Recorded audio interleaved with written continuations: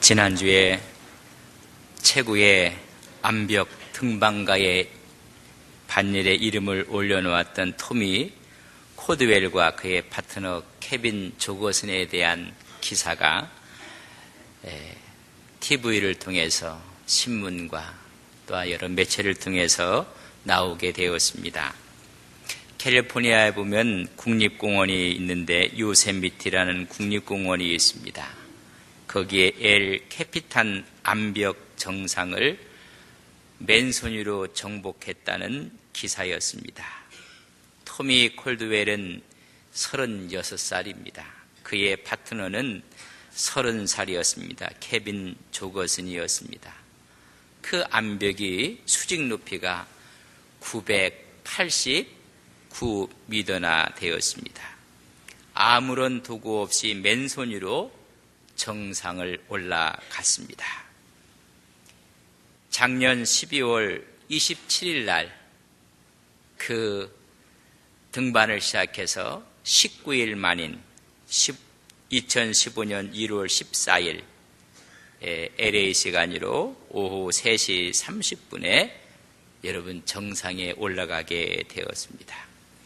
정상에 올라갔던 콜드웰은 손가락이 10손가락이 아니라 9손가락이었습니다. 등산가로서는 치명적인 조건이었습니다. 2001년 톱질을 하다가 왼쪽 검지가 잘려져 나갔습니다. 곧바로 적합 수술을 했습니다. 그런데 그 수술에 성공합니다. 성공한 후에 의사 선생님이 이야기를 합니다. 평생 암벽 등반은 어렵습니다. 봉합은 됐지만은 힘을 쓸 수가 없다는 것입니다. 그러나 그는 등반을 포기할 수가 없어서 손가락을 미련 없이 절단하고 말았습니다. 오히려 다른 근육을 강화해 최고의 등반가의 자리에 등극하게 되었습니다. 그 자리에 붙어 있으면 그 손가락으로는 힘을 쓸 수가 없어서 오히려 9손가락을 갖게 되었습니다. 그 암벽은 해발 2307m까지 있는 정상 위에 989m로 솟아있는 여러분 화강암 단일 암석이었습니다. 등반가들의 성지라 생각을 했던 곳입니다. 1970년 27일 만에 여러분 앵커를 암벽에 박고 로프를 사용해서 그곳에 올라갔습니다. 그때 27일이 걸렸고 고리목과 로프를 이용해서 올라갔는데 이번에는 두 사람이 로프와 못 등을 도구 없이 맨손으로 올라갔다는 것입니다. 그들은 2008년 계획을 세웠습니다. 이 캐피탄을 등반하기 위해서 5년간 훈련에 몰두를 합니다. 그들은 2010년에 여러분 도전을 하다가 3분의 1 지점에 올라갔을 때 악천후 때문에 좌절을 합니다. 드디어 계획을 세운 9년 만에 그것도 한 손가락을 잃고 말았던 콜드웰은 여러분 이번에 19일 만에 그 정상에 올라가게 되었습니다. 그의 두 손은 만신창이가 되었다고 합니다. 그러나 포기하지 않고 마지막 도전에서 정상을 밟았습니다. 콜드웰은 이렇게 이야기를 합니다. 등반 과정에서 역경에 부딪힐수록 내 안에 열정은 불타 올랐다. 이것이 진정 인생을 짜릿하게 살아가는 방법이 아닌가 하며 기뻐했다고 했습니다. 어려움이 오고 환난이 오고 역경이 부딪힐 때 오히려 내 안에 열정이 불타오른 것입니다. 그의 파트너였던 케빈 조거슨은 우리의 성공이 각자의 목표를 찾고 이루는데 영감이 주어지는 계기가 되었으면 좋겠다고 인터뷰를 했습니다. 성공은 그 사람이 가지고 있는 IQ, EQ가 아니라고 말을 한 사람이 있습니다. AQ라고 이야기를 합니다. 커뮤니케이션의 이론가였던 폴 스톨츠 박사는 성공의 관건은 AQ라고 했습니다. Adversity Quotient, 여러분 역경지수라고 이야기를 합니다. 굴하지 않는 도전, 역경에도 굴하지 않고 냉철한 현실 파악을 하며 합리적인 판단으로 장애를 극복하는 능력, AQ라고 이야기를 합니다. 오늘 수많은 사람들이 역경이 오면 주저앉아 버리는 사람들이 너무나 많이 있습니다. 모세는 역경과 어려움을 극복한 사람입니다. 40년 동안 광야에서 훈련을 받고 출애굽 후 40년 동안 이스라엘 백성들을 인도했습니다. 여호수아도 역경지수가 높은 사람입니다. 가나안 땅을 입성하고 7년 동안 정복과 땅 분배 일을 감행하게 됩니다. 이런 열정을 갖고 어려움을 도전해 나갔습니다. 근데 문제는 이 열정이 식는 데 문제가 있습니다. 여러분이 도전의식이 오히려 나도 모르는 사이에 없어지고 안주하려고 하는 것입니다. 오늘 이스라엘 백성들에게도 이 도전의식이 없어지고 역경 앞에 주저앉고 말았습니다. 인생이 살다 보면 어려움이 오면 주저앉는 사람들이 많이 있습니다. 오늘 이스라엘 백성들에게 이런 위기가 찾아오게 된 것입니다.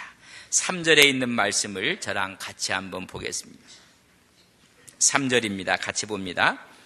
여호수아가 이스라엘 자손에게 이르되 너희가 너희 조상의 하나님 여호와께서 너희에게 주신 땅을 점령하러 가기를 어느 때까지 지체하겠느냐. 지금 그들은 지체하고 있습니다. 전진하고 있지 않습니다. 오히려 뒤로 미루며 게으름을 피우고 있습니다. 지체했다는 말을 라파라고 썼습니다. 라파는 늦추다, 게으름을 피우다라는 뜻입니다. 오히려 그들의 마음과 정신 상태가 느슨해지고 게으름을 피우며 전진하지 않고 있는 이스라엘 모습을 바라보고 있는 것입니다. 하나님의 언약을 속히 이루어야 될 텐데 그들이 주저앉아 지체하고 있는 것입니다. 이때 그들을 책망하고 분발하도록 촉구하는 것입니다. 이렇게 된 이유가 있습니다. 오늘 7지파에 대해서 이야기를 해주는데 베냐민 지파, 시므온, 스볼론, 이사겔, 아셀, 납달리, 단 지파 7지파가 의욕을 상실했습니다. 의욕을 잃어서 그들은 지체하고 있는 것입니다. 앞으로 전진하고 오히려 그들의 기업을 얻기 위해서 소극적인 태도로 일관하고 있습니다. 그 이유는 여러분 불만이 있었던 것입니다. 잘 신앙생활을 하다가 오히려 어떤 사람이 주춤하고 있는 사람들이 있을 때가 있습니다. 이유가 있습니다. 오늘 7지파도 그들이 주춤하고 있고 오히려 머뭇거리고 있는 이유는 갈등이었고 그들에 대한 또한 불만이 있었습니다. 그들이 비전을 갖고 있었지만 그 비전에 헌신하고 희생하려 하는 마음이 없어졌습니다. 그리할 때는 하나님이 주신 축복의 통로가 막히게 되는 것입니다.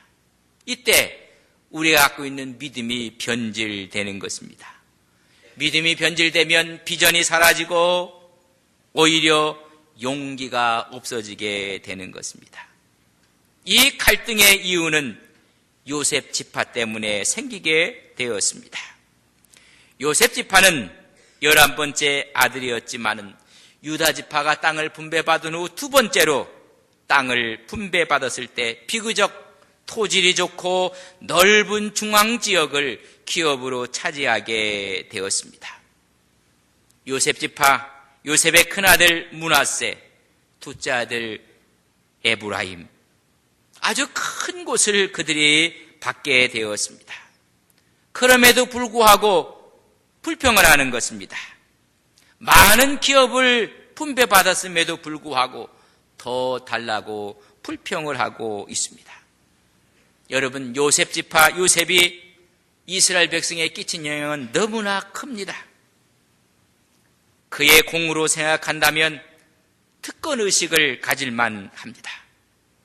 요셉 때문에 오히려 야곱의 12 아들이 여러분 생명을 유지하며 애굽에서 큰 부를 이루며 나올 수가 있었습니다.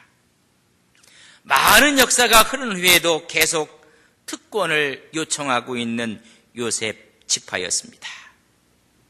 이것은 하나님의 통치 개념과 거리가 멉니다. 특권을 요구하는 사실 그 자체가 이미 병든 상태라는 것을 아셔야 됩니다. 어떤 조직이나 어떤 단체에서 특권의식을 주장하고 요구하고 있다면 그 조직은 이미 병들어가고 있는 것을 우리는 반증해주고 있습니다. 교회에서도 마찬가지입니다.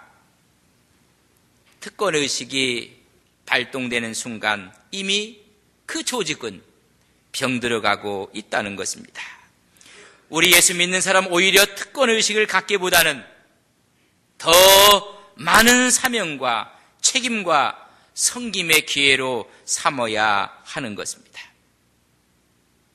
좋은 자리에 있고 힘이 있는 자리에 있다고 생각한다면 그걸 특권의식이 아니라 더 많은 사명과 섬김의 기회로 세워야 하고 그렇게 믿고 섬겨야 하는 것입니다. 교회에서 특권은 아닙니다. 교회에서 항존직이 되었다는 거, 장로님이 되고 안수집사가 되었다는 거 결코 특권은 아닌 것입니다. 그러나 누구나 다 장로가 되는 것이고 누구나 다 안수집사가 되는 것은 아닙니다. 누구나 다 권사가 되는 것은 아닙니다. 그런 의미에 보면 여러분 특권일 수도 있습니다. 그러나 그것은 섬기는 데 사용되어져야 합니다. 내가 책임을 다하는 데 사용되어져야 하는 것입니다. 저는 그래서 우리 교회가 자랑스럽습니다. 그것이 특권이 아닌데 특권이라고 생각했다면 우리 장로님들, 안수집사님들이 주일날 주방에서 설거지를 합니다. 섬김입니다. 이건 봉사의 기회를 갖는 것입니다. 우리는 이런 장로님들을 존경하고 이런 안수집사님들을 존경해야만 하는 것입니다. 이게 먼저 직분을 받은 자들의 아름다운 모습인 것입니다. 오늘 요셉 지파는 막내였음에도 불구하고 먼저 땅을 분배받았습니다. 그럼에도 불구하고 섬기는 것이 아니라 특별 대우를 요청하고 있습니다. 여러분 17장 14절에 보면 요셉 지파는 이렇게 교만하게 이야기를 합니다. 우리 때문에 복을 받았고 우리 때문에 큰 민족이 되었다. 요셉 때문에 되었다는 것입니다. 왜 우리에게 한 분깃만 주느냐? 왜 한 제비만 뽑게 하느냐? 우리는 므낫세, 에브라임 두 지파인데 2번 제비를 뽑게 해달라고 특별한 대우를 요청하고 있는 것입니다. 믿음의 생각보다는 그의 사명보다는 섬김보다는 특별 대우를 요구해서 오히려 욕심을 채우려고 하는 요셉 지파의 모습입니다. 그때 여호수아가 스스로 개척하라고 이야기를 합니다. 요셉 지파는 불가능하다고 오히려 잘못된 영향력을 끼쳐가고 있는 모습을 우리는 17장에서 그 내용을 볼 수가 있습니다. 이스라엘 백성들이 2번째 인구조사를 한 것이 민수기 26장에 각 지파들의 인구에 대한 숫자가 기록되어 있습니다.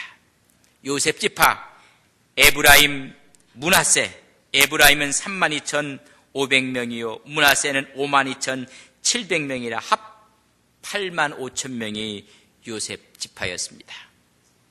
그 중에 요단강을 기점으로 해서 이미 동편에 여러분 므낫세 지파가 땅을 차지했습니다. 거기 있는 인구를 빼면 아마 요단 서편에 그들의 인구는 6만 명을 잡아도 많이 잡는 것입니다. 6만 명이 되는 이 에브라임, 므낫세, 요셉 지파였습니다. 그러나 다른 지파의 명수를 보면 유다 지파는 76,500명이요 단 지파는 64,400명이며 아세갈은 64,300명이라고 기록되어 있습니다. 오히려 이 므낫세 지파, 요셉 지파가 인구에 비해서 더 많은 땅을 얻게 된 것을 우리에게 보여주고 있습니다. 그러나 불평입니다. 특별 대우를 해달라는 것입니다. 오늘 우리가 하나님께의 특별 대우는 더 섬기는 것입니다. 더 봉사하는 것입니다. 더 낮아지는 것입니다. 저는 우리 교회가 바로 이렇게 하나님 앞에 아름답게 섬기는 특별한 사람들이 더 많이 섬기고 봉사하는 우리 교회가 되기를 주님의 이름으로 간절히 바랍니다. 그래서 우리는 자랑스러운 것입니다. 혹시 여러분 넉넉한 재산이 있습니까? 그것은 가난한 사람들을 위해서 도우라고 하나님이 우리에게 주신 것입니다. 남다른 직분이 있습니까? 특별 대우를 받으려는 것이 아니라 이웃을 섬기라고 하나님께서 그런 위치를 허락해 준 것입니다. 그들의 갈등의 첫 번째 원인은 요셉 지파의 욕심이었습니다. 두 번째는 이미 분배받은 유다 지파와 이 요셉 지파, 므낫세, 에브라임, 유다 지파는 힘이 강해서 그들에게 먼저 이 지파의 분깃을 주었는데 오히려 다른 지파들이 땅을 분배받고 그 일을 이룰 때는 소극적이었습니다. 힘을 가진 사람들이 적극적으로 돕지 않았습니다. 또한 7지파가 할당받아야 할 지역은 그다지 좋은 지역이 아니었습니다. 그래서 나타난 증상이 불성신함이었습니다. 하나님의 약속 성취에 무관심했습니다. 대충 살아가면 되겠다고 생각했습니다. 하나님께서 다 알아서 해주시겠지 무책임에 빠지게 되었습니다. 그래서 안주한 것입니다. 여러분, 안주하는 것은 참으로 나쁜 모습입니다. 그래서 그들이 지체를 하고 말았습니다. 최대의 위기를 맞이한 것입니다. 요단강을 건너 아이성을 쳤을 때 첫 번째 위기가 왔습니다. 아간의 욕심 때문이었습니다. 이제 두 번째 최대의 위기가 그들에게 놓여지게 되었습니다. 요셉 지파의 욕심 때문이었습니다. 오히려 이런 욕심이 이스라엘 백성들에게 최대의 위기를 가져오게 된 것입니다. 이런 위기 앞에 그들이 앞으로 나갈 비전을 잃어버렸습니다. 헌신할 마음, 희생할 마음을 그들은 잃어버렸습니다. 가나안 정복이 여기서 중단되는 최대의 위기에 봉착되게 되었습니다. 가나안의 젖과 꿀이 흐르는 땅의 축복을 누리지 못하는 것입니다. 오히려 가나안 족속에게 정복당해 하나님의 백성됨을 잃어버리게 될 수도 있는 것입니다. 위기입니다.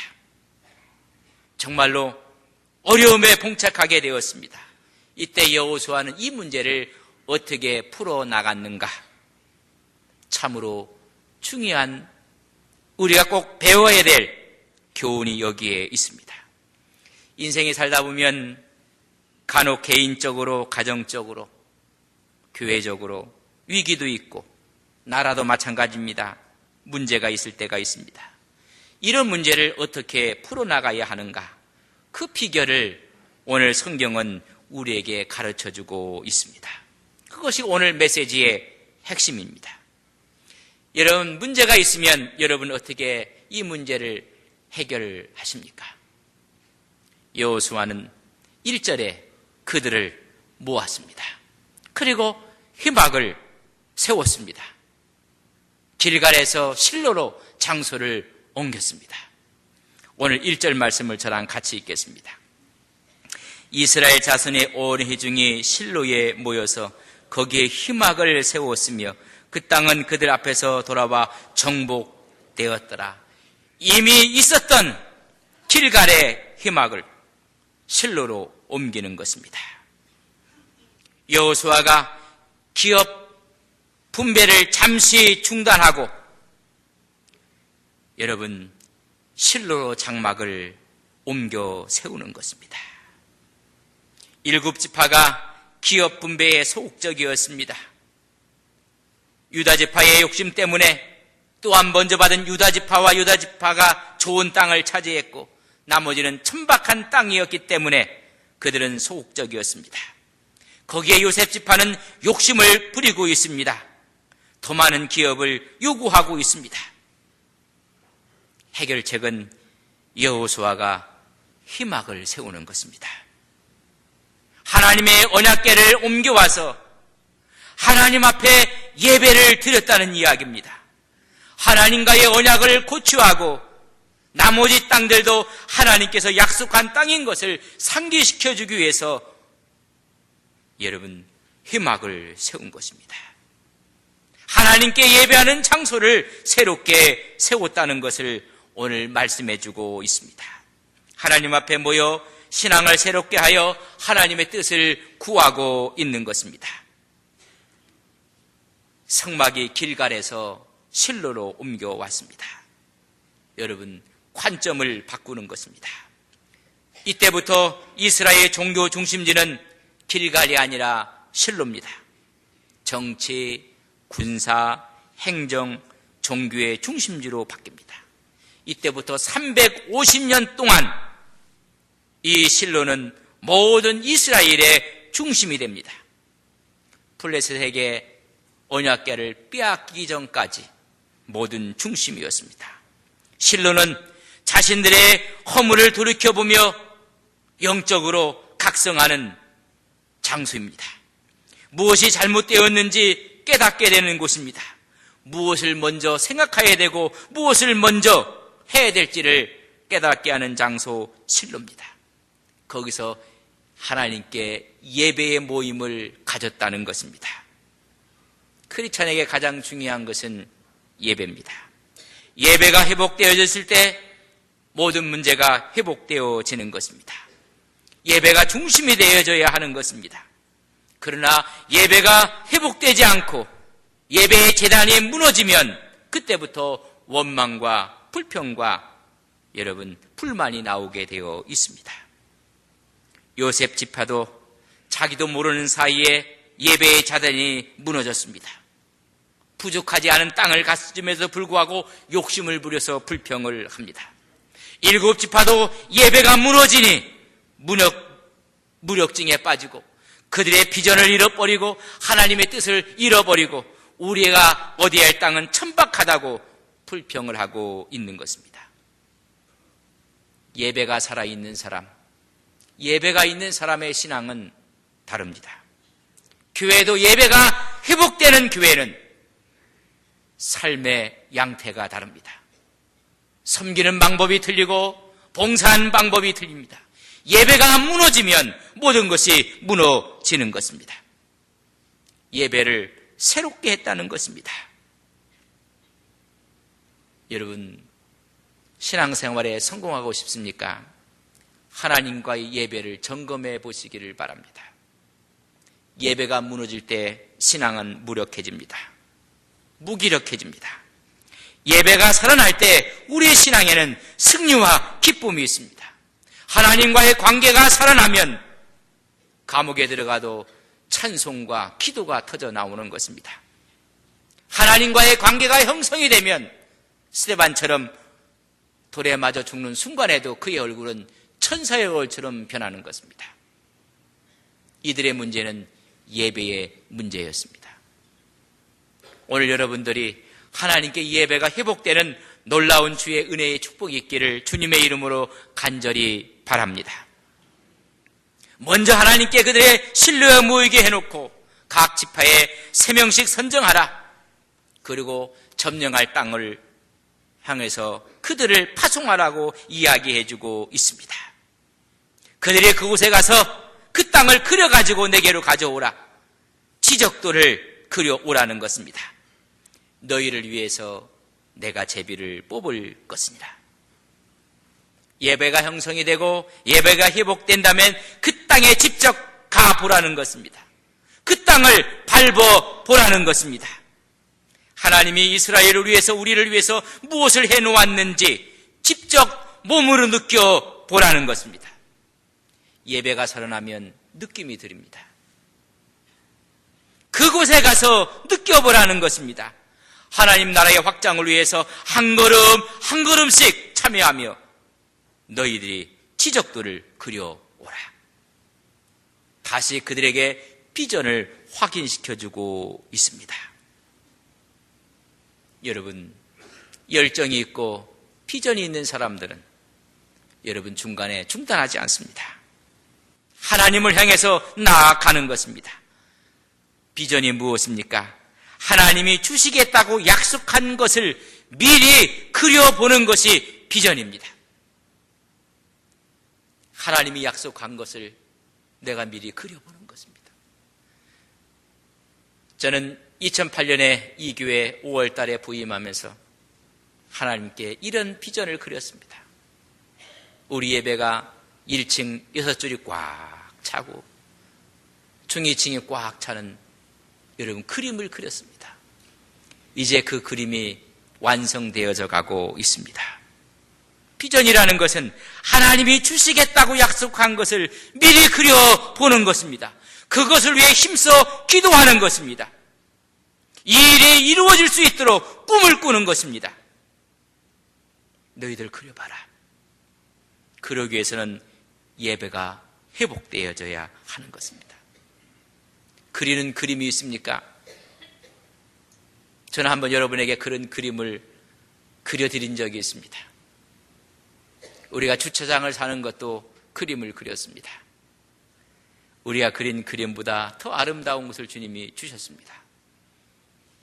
저는 한번 이 앞에 있는 비전센터 앞에 있는 모습을 새롭게 그려서 한번 제시한 적이 있습니다.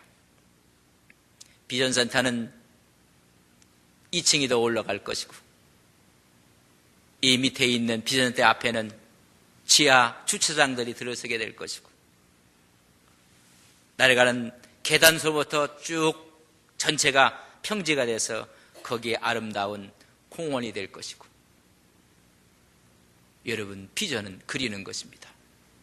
어떤 사람들은 또 그런 그림을 그렸다고 뭐라고 하는 분들도 있는데 그림은 그리는 것입니다. 여러분 그려지는 대로 됩니다. 여러분 인생을 어떻게 그립니까? 오늘 이들이 예배가 무너지니 인생의 그림을 그리지 않는 것입니다. 하나님과의 관계가 형성되면 그분께서 나에게 힘을 주시고 은혜를 주셔서 그림을 그리게 되는 것입니다. 너희들 다시 가서 그림을 그리라고 이야기해주고 있습니다. 여러분 남은 인생 여정을 아름다운 그림을 그리시는 우리 온 성도님들이 되시기를 주님의 이름으로 간절히 바랍니다. 여기서 잊어버려서는 안 되는 것이 하나 있습니다. 내가 그림을 그리고 내가 꿈을 꾸고 내가 노력하는 것이 여러분 이루어지는 것이 아닙니다. 비전이라는 것은 내가 꿈을 꾸고 내가 노력을 하고 내가 이루는 그림이 아니라 우리가 하나님을 믿을 때 하나님을 신뢰할 때 하나님이 주시는 꿈입니다. 하나님이 그려주시는 그림을 내가 그리는 것입니다. 하나님이 주시는 꿈을 그리는데 믿음이 없는 사람이 그것을 알겠습니까? 많은 사람들이 내가 꿈을 꾸고 내가 그림을 그리고 내가 계획을 하고 그걸 성서는 말하는 게 아닙니다. 이미 하나님이 다 주셨는데 너희들이 그림을 안 그리는 것입니다. 하나님이 주신 비전, 하나님이 주신 꿈, 하나님을 믿을 때 하나님이 용기를 주실 때 하나님께서 꿈을 꾸게 할 때 비전을 그리는 것입니다. 믿음이 없는 사람은 그 꿈을 이해할 수가 없습니다.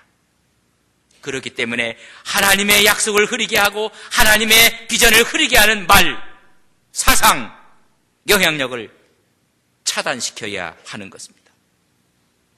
축복의 통로를 여러분 막아서는 아니 되는 것입니다. 하나님과 나와의 관계에서 예배를 회복하고 하나님의 비전을 믿음으로 실천해 나가는 것입니다. 가나안 땅의 축복은 그들에게 있음에도 불구하고 그들은 원망과 불평 때문에 주저앉았습니다.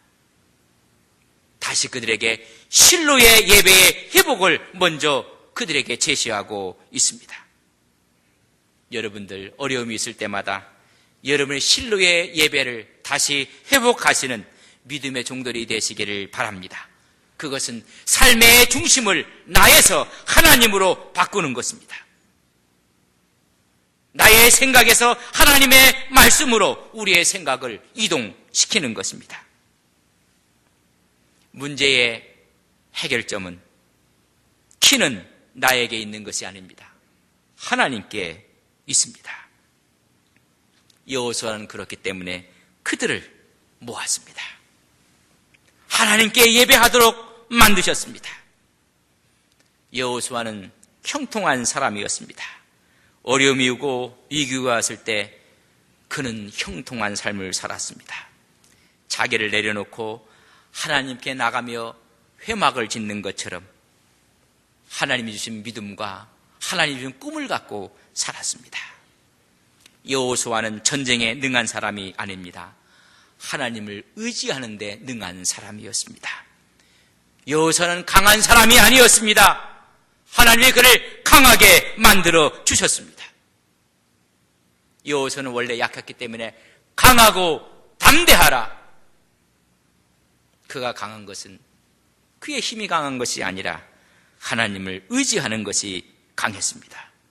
그는 승리했고 형통했습니다.